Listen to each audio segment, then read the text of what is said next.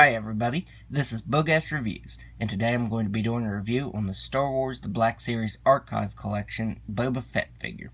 So before we take a look at Boba Fett, let's take a look at the accessories that he comes with. So first up, he comes with his jetpack, and it's cast in green and has just a little bit of paint detail to it. And it does have some scratches and scuffs painted on throughout it, and I think that looks really nice. It has some good weathering to it. It's also very bright. When you hold it up to the light there, it is very, very shiny. One thing is I wish the missile would have been removable. There was this really awesome feature on the, I think it was the Vintage Collection, Jango Fett, where the missile came out and it had a little flame effect piece attached to it, and that's what held it in there. So it would have been nice to see them do that with this one. But this one is just a re-release of the first Boba Fett, so, you know, they're just re-releasing it. I'm not sure if it's if there's any paint differences or anything like that, because I was never able to get the first one. There he is with his jetpack on. Up next, he just comes with his pistol right here, or he comes with his pistol, I should say. It's done that reddish brown color and has just a little bit of silver to the top. Not really much paint or sculpt detail to it, but he can hold it pretty well in either hand. Well, I say that and then he dropped it. As long as you get it in his trigger finger, he holds it well, I should say. So, you can do that. And he has a holster for it right here. And it goes in there pretty loosely, but it stays in there pretty tightly. As you saw, it just really slides down in there easily. So I was surprised about that. And finally, he comes with his rifle right here. And it has a slight some slight paint detail to it. I think it's cast in black, and the brown and the tan is painted on there. It has a wash of silver over the black parts, I should say. And then it has some silver on the stock right there. It doesn't look too bad. Like I said, not a whole lot of paint detail on it or the pistol there. But of course, you're going to want to display him with this. So now let's go ahead and take a look at the head sculpt for Boba Fett.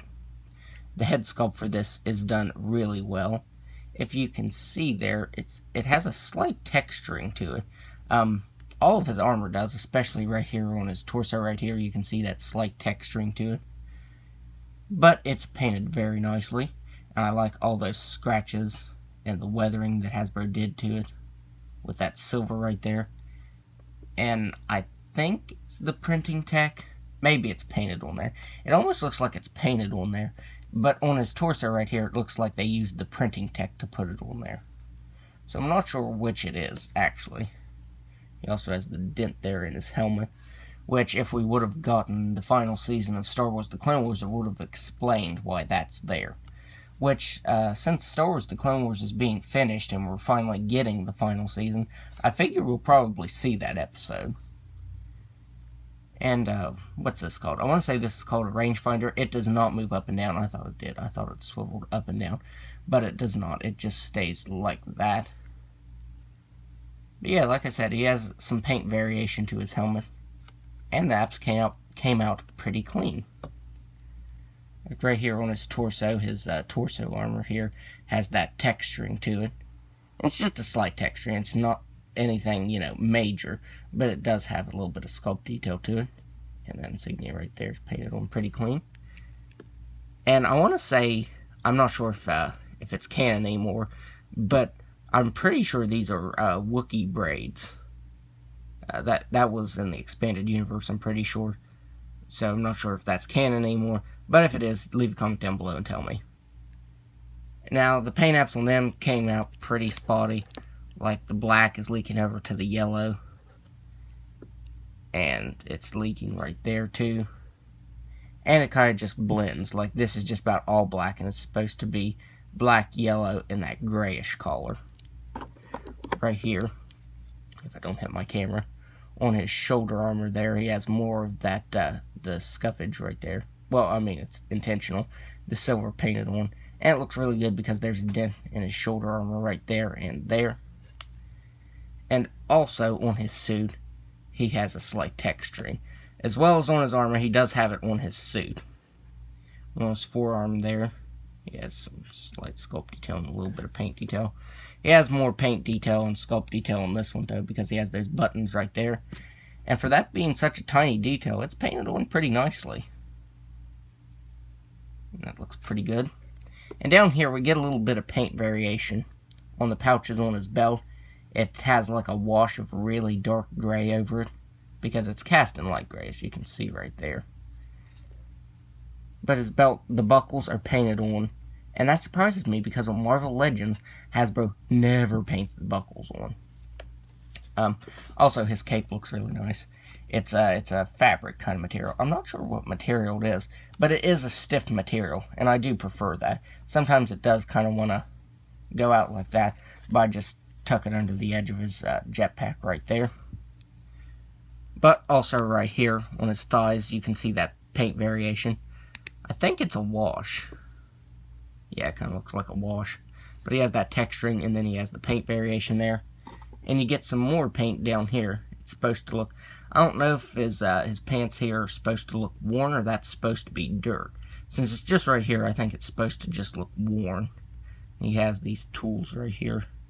I'm not really sure what these are, but it just looks like tools they use for bounty hunting. In this pouch right here. And he doesn't have as many on his left one. And the left pouch on his pants. And he has his knee pads right there. And the silver on them, it's not painted that well. That kind of mustard yellow color is showing through on this one. On this one, it's painted a lot better. But on the right one, it isn't. You can see a lot of that showing through there. And then that light gray color fades into that dark gray. And even then, you get a little bit of paint variation here, because it's almost like a brownish gray right here. It fades into the dark gray and then the brownish gray, and then there's his boots. And the silver on them also came out pretty good. So most of the paint apps on this figure is pretty good. And just right there is really the only place that I have a complaint about. So yeah, this is a really good figure. He's been on my want list for a while now. That's why I'm glad that Hasbro are re-releasing these harder to find figures. That way, people that weren't collecting the line like me back then has a chance to get these now. So now let's go over his articulation. He has a pretty good amount of articulation. He has a ball jointed head, and it's also on a swivel, so you will get him looking all the way up. And you will get him looking all the way down. Since he also has the swivel, you kind of just have to push it down like that. But he can look down all the way. He can move his head side to side. He has ball-jointed shoulders that can only move out that far due to his shoulder pads. He has single-jointed elbows. They swivel side to side. Well, he has swivel at the bicep there. They, on top of swiveling side to side. He has swivel at the bicep. He has swivel at the forearm right here. He has swivel at the wrist to move up and down and side to side. And it's the same on this side. He has a ball-jointed torso right here that really can't move back too awful far. But you will get him moving back slightly. And it won't move forward at all because of his belt right here. He has ball-jointed hips that can do a complete split. He can kick forward slightly. The pouches and the belt and his armor right here does get in the way of that. He has swivel at the thigh, double jointed knee, swivel at the ankle that can move down all the way, up all the way, and an ankle rocker. So even though the shoulders don't move all the way out, I think he has pretty good articulation other than that. So now let's go ahead and get him standing here and do some size comparisons. Let's see if he's going to stand for us. Yes, he's going to stand. Okay, so first up, here he is next to the Archive Collection Bosk figure, which I can't remember. Did I review him? That's pretty sad when I can't even remember if I reviewed the figure. I want to say I didn't review him, so I still need to review him sometime. But here he is next to Bosk. Here he is next to the Archive Collection Pilot Luke figure. And Luke is way shorter than him.